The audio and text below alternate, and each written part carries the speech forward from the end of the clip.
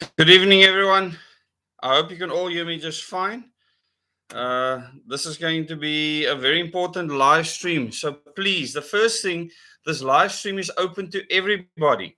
The members live chat that is taking place on Thursday evening at 8 o'clock. If you want to be a part of the members live chat, then you can go and join to become a channel member. Underneath each and every video, you'll see a join button there. You can join now if you want, and you will see the members join up. They actually pop up in the live chat on the side. So I want to welcome the. Okay, now it seems like everything's fine again. Major buffering, no video right now. Can you actually see the video back? So it's still looping. No sound.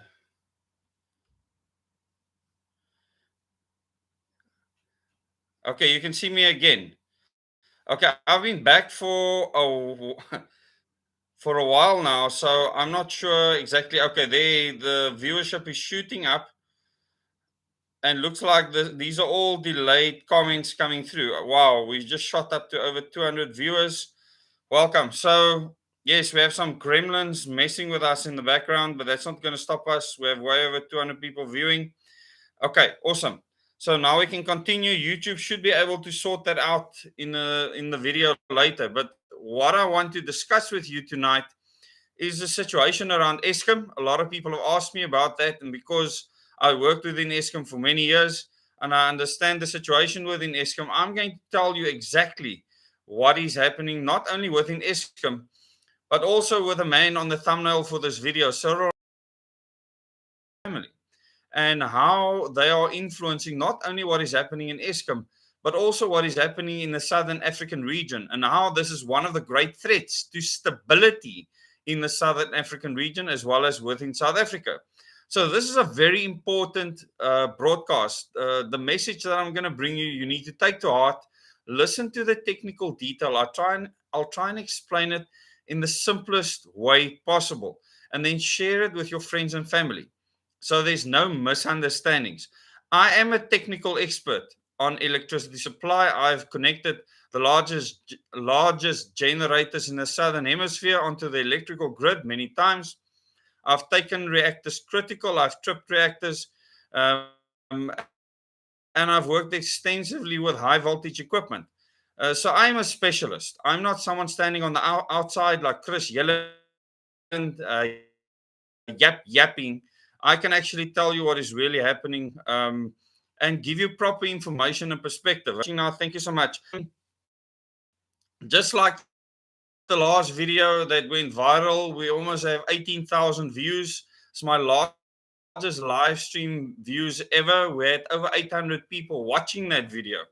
And this one is important, extremely important, because I will explain to you what happens when the grid blacks out. Okay? If we should have a grid blackout, and this is not impossible, it's highly unlikely, but it's not impossible to get a grid blackout. What actually happens, how we can restore the grid, how long that will take, and how it's possible for Eskom to do that, and why many of these ideas to make the Cape separate from the power grid, or Cape Town separate from the power grid, are pie in the sky fairy tale stories, and why these people actually don't understand how the electricity grid works. Now, many of you would have been hit with what we call load shedding in the past decade almost. It's almost a decade now. Load shedding started in 2002, and in 2006, it really heavily started hitting the nation. And I will explain to you what started it, how it started out, and I'll give you that entire history. But what you need to know right now is that the entire grid in South Africa, the national grid, the network of wires. And people, when I do this, it doesn't make me a mason, okay? When I show you that, it doesn't make me a flippin' mason. It means zero, zilch, okay? I get so annoyed when people try and make me something I'm not. If you want to come and look through my cupboards, please do so.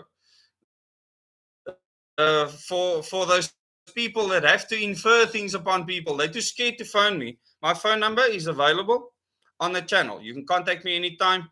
And, I know more than what people are taught in the lodges. So I don't need to be a Mason to have the knowledge that I have. So if you want to learn something more, contact me. I will freely speak to you about it. Many people have. So the grid, the electricity grid is connected all over the country. And us in the Western Cape, where I live at the moment, many of you are from other places in the country, you are connected to the same grid. Okay. So it's like a network of cables running all over the place, interconnecting with each other, and they depend on each other. Every generator that is connected to that grid are running in synchronization with each other, which means that they are all working together. If any one of those generators should trip or fall out of the grid, it affects the grid frequency. The grid frequency needs to remain at 50 hertz. In the US, it's 60 hertz. In South Africa, it's 50 hertz. So we have alternating current coming into our homes. And I've spoken at length to the members on this channel about what that means. So if you want to join and become a member, you can go and watch all the past videos as well as presentations that I've done, where I explain why alternating current is a huge problem, and bringing it into your house should have never happened. And it's one of Tesla's greatest achievements, is screwing us over by taking AC power into our homes and then having it transformed into direct current. But that's a different story. So 50 hertz is what we run our grid on. And if the grid frequency should drop because we put too much load on the grid and our generators cannot supply enough electricity, or generators trip and the load becomes too much for the grid, then the grid frequency drops. If the grid frequency drops from 50 hertz to 47.5 hertz, all the generators on the grid will separate from the grid instantly, because it's their trip set point.